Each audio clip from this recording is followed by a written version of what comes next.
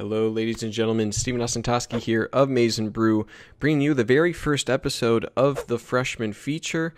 This is similar to a previous segment I did at MnB Fish, where I am continuing on with covering the incoming class of 2024, the Michigan football team, scouting, film, projection. I got it all here to cover each of these recruits coming in for Michigan's freshman class. So, episode 1 here, we're covering 3-star tight end out of Burke, Virginia, Matthew Hibner.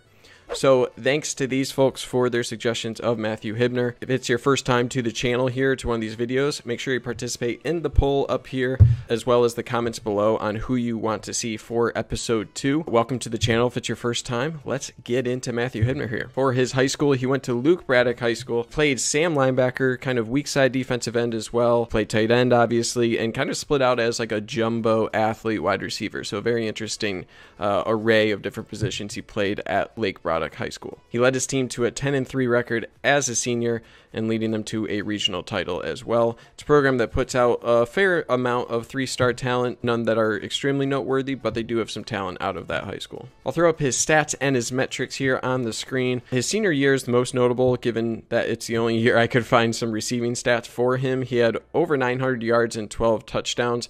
But he also put up some impressive defensive stats you can see here for both his sophomore and junior year, but really turned it on his senior year, almost 100 tackles, close to 20 tackles for loss and 10 sacks. So that's very good production on the defensive side as well. For his metrics, only thing I could find was an official 4.82 40 time, which I would consider very good for a tight end, and I think his film will show that. Throwing his rankings on the screen here now, he's a 3-star to rivals in ESPN, no national ranking. They have him between 20 to 30 tight end in the country and in the 15 to 20 range in the state of Virginia. 247 is by far the most bold. They have him as a solid 4-star inside their top 150 at 133 nationally, number 7 tight end overall, and number 1 in the state of Virginia. So obviously, huge disparity. I'll cover that a little bit later. All services have him around 6'4", 230 pounds. Looking at his recruitment here, Hibner says that Michigan plans on using him as an athletic tight end who is receiving first and then blocking. Key part of his visit was his interaction with Sharon Moore, tight end coach at Michigan, and how he'd fit into the offense. So that was very important for him, that interaction. They looked at his film together, showed McCune's film, which Sean McCune obviously was undrafted free agent. We'll get to him later as well. But that was really important, showing a guy that will be comparable to what Matthew Hibner's career trajectory should look like. All right, looking at his offers, Virginia Tech was really up there. They held his only crystal ball projection. He also had Georgia Tech, NC State, Pitt, Vanderbilt, Rutgers, and a bucket of Ivies. He's a guy who had a 4.3 grade point average and a 1400 on the SAT, so obviously a very sharp guy, and the offer list shows that he put a lot of stock into the academics at the different programs he was looking at for committing. Notably, he was set to camp at Clemson a few days after his commitment to Michigan, so he was a guy who is coming on late, and Michigan scooped him up from the other programs. So not the most impressive offer list, but obviously there was interest from some higher programs late on in his recruitment. All right, looking at his scouting. So we first showed up at a rivals camp in DC that was in the spring of 2019. He was honorable mention Hello World Award for that, which is essentially an award for a random guy who shows up big time. He consistently got open against solid linebacker recruits who had a hard time keeping up with him, and was the best tight end at the camp, and that again was in DC. So his scouting overall, he's lauded for a very good frame, able to add 15 to 20 pounds once he gets into college. Athletic, long, runs and accelerates really well, physical down the field and after the catch, very strong hands, tracks the ball well in the air, and has the ability to be a flanker tight end. So that's a good skill set. Most of it is focused on his receiving acumen. For his downsides, he needs to improve route running, rounds off some of his breaks occasionally, has to stay lower and explode more getting off the line of scrimmage. I definitely agree with that. We'll get to that in the film, and improve overall in blocking. 247 has him as a day 3 pick, shows that he has quite a bit of upside here at the position. As I mentioned, really sharp guy, so his ability to reach his ceiling, academics, won't be a factor in delaying that. So, all right, let's jump into his film here. All right, let's start with some 7-on-7 clips. Setting that showcases his skill set the best, in my opinion. He will surprise a lot of people in college with his speed. The thing that stands out to me most about these clips, he's very comfortable catching away from the frame. You'll see a couple one-handed snags that he'll flash here and there. A few catches in traffic very comfortably as well. He operates more as a jumbo wide receiver than a true tight end at this point, but again, with how comfortable he is catching, that was a great catch, one-handed, away from his frame, I'm not concerned about that. He is so comfortable catching these passes. Now moving on to his high school film catches here. About 90 seconds of catches here. It could easily have been 10 minutes. That's how long his film was. But reiterating the points from the 7-on-7 film, flashes hands away from his frame. So that was a nice high catch. He caught in stride.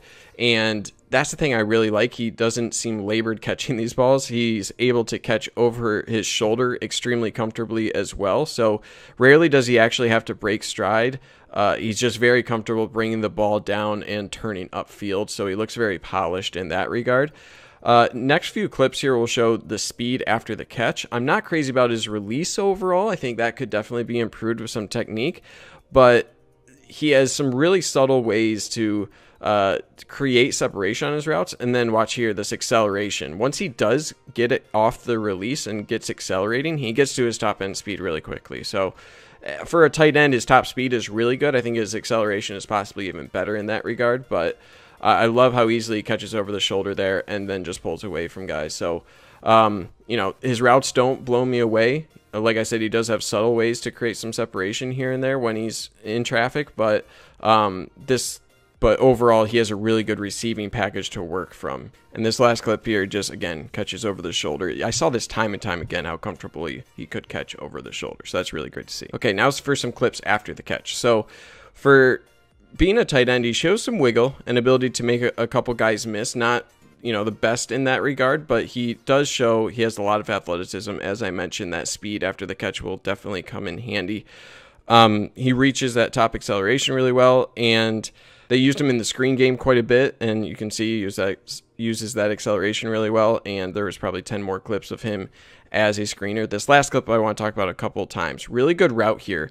Digs out a really low throw and then gets through 2 to 3 guys. So that flash is kind of what I would call the offer clip, right? Where he shows the ability to run a crisp route that'll come with technique.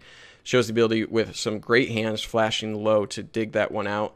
And then finally, the durability to just shed a couple tacklers and pick up an extra 5-6 yards. So blocking. This first clip is really excellent. Shows his ability to switch blockers, you know, engage with one, shift to an upcoming linebacker. So that's really good. Overall, he seems very willing to block, which is very important, more important than anything else. He fires out slower and with less explosion than I'd like at this point, but he does work to stay engaged with defenders, not afraid to pancake guys when he has some size advantage right now. So you get him in the weight room, improve his strength and technique. He should be there. It just might take a couple years for that athleticism to convert to his blocking. All right, shifting to the other side of the ball here. This first clip is really excellent. He shows the overall athleticism there to get the pick 6. He has tons of plays where he batted down passes as well. So I think his skill set translates to defensive end pretty well. He has good closing speed. Acceleration in the backfield is excellent. He doesn't explode through contact, but wraps up well. Again, willingness for contact that he shows on some of these tackles, it shows some promise for his blocking on the offensive side, and good bend around the edge. There's a previous clip there where he is pursuing from behind. I think he would be a high 3-star defensive end if that was where he was going to end up. Okay, so for his comp, I have Sean McKeon. I know I said it earlier, but it is the guy that Michigan was kind of pitching him, it seems like, early on in his recruitment, and I think it's a really good one. So Sean McKeon, he was a 3-star, 6'5", 230-pound tight end out of the Northeast and Don Brown territory. Has some of the lower tier offers, also some Ivies as well, so a high academic guy as well, similar to Hibner. Very good athlete of a tight end. He had a 4.72 at Michigan's Pro Day in April earlier this year, so obviously there's comparisons in athleticism. McKeon, he needed to improve his size and blocking coming in, so very similar to Hibner as well. In terms of McKeon's production, obviously he saw some action his second year on campus as a sophomore.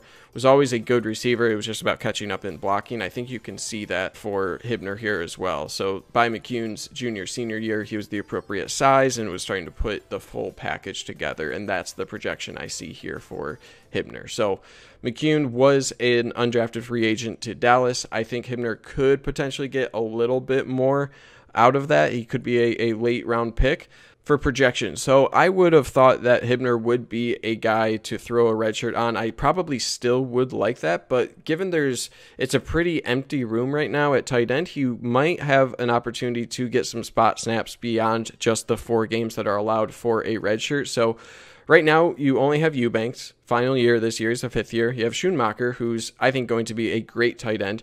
And then you have Eric All receiving a fair amount of hype. And then that's pretty much it. That's all the tight ends in the room right now. So there's lots, if one of those guys go down with injury, or even if you just want to get Hibner some experience for next year, since it'll be down to, the 2 guys ahead of him right now as the only upperclassmen. Next year, for sure, in 2021, you'll see some snaps for Hibner. It'll just be a matter of how quick can he get up to playing weight, so 250, 260, and blocking. So those are the 2 things, size and blocking. How quick can he get there? That'll determine how early he plays. But I think they'll try to get a red shirt for him this year, barring any injuries or any other things that come up. But they'll get him the 4 games this year, and they'll get him heavily involved next year for a higher role in 2022 onward. But I'm really excited for Hibner here. I think by his redshirt sophomore year, he'll be a contributor, if not a starter at that point. So very excited. Let me know your thoughts in the comments below. Again, like, comment, subscribe, trying to help grow the channel here at Maize and Brew. Excited to be here. Other than that, guys, stay safe out there. And as always, go Blue.